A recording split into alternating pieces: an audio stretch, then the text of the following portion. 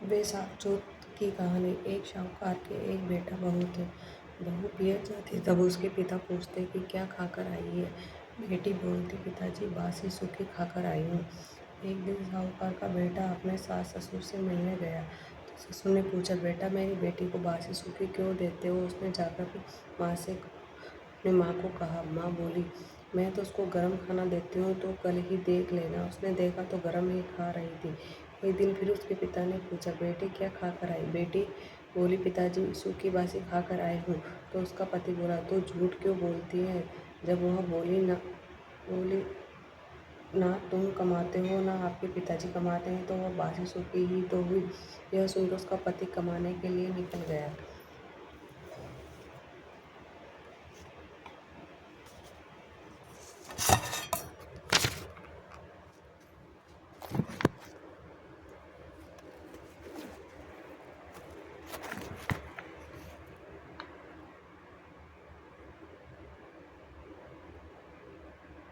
उसने इतना धन कमाया कि वह वहीं रहने लग गया। एक दिन साहूकार की बहू पड़ोसन से आग लेने गई तो सब औरतें चौथ की कहानी सुन रही थी।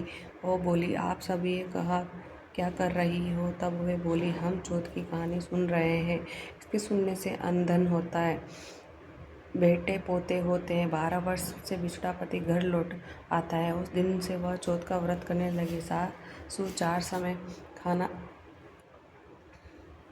खाना देती, एक बार चांद को अर्घ देकर खुद खा लेती। ऐसे ही चौथ का व्रत करते 12 वर्ष हो गए। चौथ विनायक ने सोची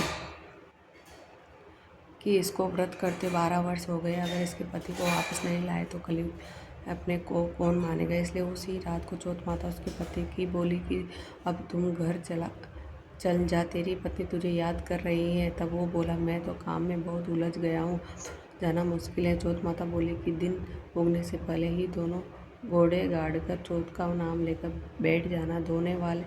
देने वाले दे जाएंगे और लेने वाले ले जाएंगे। उसने वैसा ही किया। देने वाले दे गए और लेने वाले ले गए। घर आने लगा तो एक बूढ़ा दुख से जलन के लिए जा रहा था। उसने उसे चिक्कार दिया। सांप बोला, तूने मुझे क्यों चिकारा? तुझे खाऊंगा। वो बोला, खा लेना, तू मुझे मेरी माँ से मिल आने दे, फिर खा लेना। सांप बोला कि कैसे विश्वास करूँ, तू तो छत पर जाकर सो जाएगा। वो बोला, सीढ़ियाँ चढ़कर आ जाना। इतना उदास होकर घर आया और किसी को कुछ नहीं बोला और छत पर सो गया।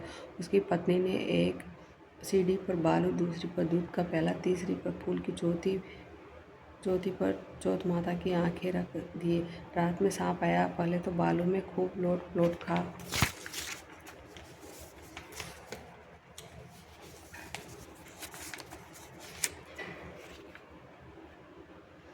खा लिया, फिर दूध भी पी लिया, फिर फूलों को खूब खुशबू ले ली। चौथ माता सोची, मैं इसका संकट नहीं टालूंगी तो वो कौन मानेगा। सो आँखों के झट से तलवार बन गए और सांप की पूँछ काटकर उसकी जूती में गिर गई।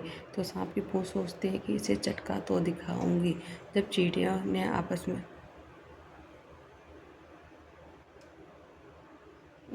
में बात करी, इसकी पत्नी अपने को आटा घेरती है, इसलिए इसकी पति की रक्षा करनी चाहिए। इसलिए सारी चींटियों ने पूँछ की तोती कर दिया और संकट टाल दिया। सुबह उठने में देर हो गई तो माँ उठकर जाने लगी तो सीढ़ियों में खून देखकर वो चिल्लाए कि मेरा बेटा मर गया। ऊपर जाकर देखा तो बेटा सो रहा था। बेटे ने आकर पूछा कि मेरे लिए कोई धर्म पुण्य करती थी क्या? तो माँ बोली, मैं तो नहीं करती। जब उसने अपनी पत्नी से पूछा तो वो बोली, मैंने किया था। मैं 12 महीनों की चारों चौथ करती थी। सासू बोली, पर मैं तो तुझे चारों समय खाना देती थी। बहू बोली, मैं एक समय का ब्राह्मण को देती। उसने हाँ कर दिया। एक समय का गाय को देती, कर भर दिया। एक समय को गड्ढे में गाड़ देती, खोद कर देखी, सोने की रोटियों का ढेर लग रहा था।